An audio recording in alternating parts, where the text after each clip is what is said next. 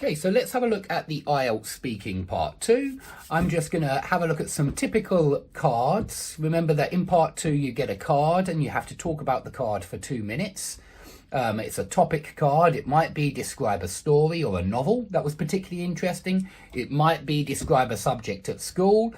It might be describe an important choice you had to make. It might be describe a job. It could be anything, and so you need to know a lot of vocabulary for this part of the exam. So I'm going to give you an example, or I'm going to show you how I would tackle this part of the exam. I'm not going to prepare in any way, but I mean, of course, I have done this exam before. I have been teaching for this exam for a long time, and so I'm going to show you what I would do if I were given these topic cards, how I would talk about them, what I would say. And what I want you to notice is that every time I mention every point on the card, I never leave anything out, because that would be crazy. That would be the actions of a man who wants to get a low mark, and I want to get a high mark. So the first card tells me to describe a novel or a story that was particularly interesting to me. Now I should say what the story or novel is, what it is about, and why I find it interesting.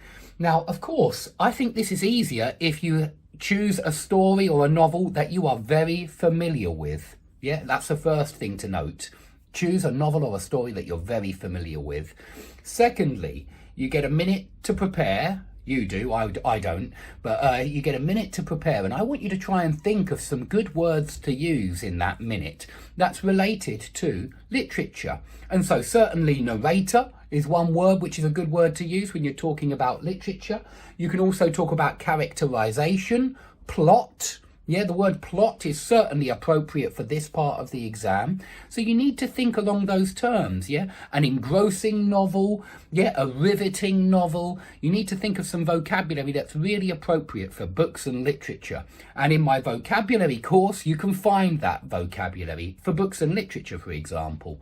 Anyway, let me show you how I would tackle this. So I'm going to describe a novel that I have loved for a very long time.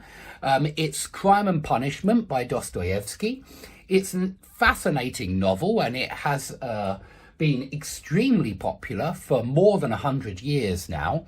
And it's a fascinating novel, especially because of the characterization and the psychological representation of the characters. You know, there's a deep exploration of the psychology of each and every character. The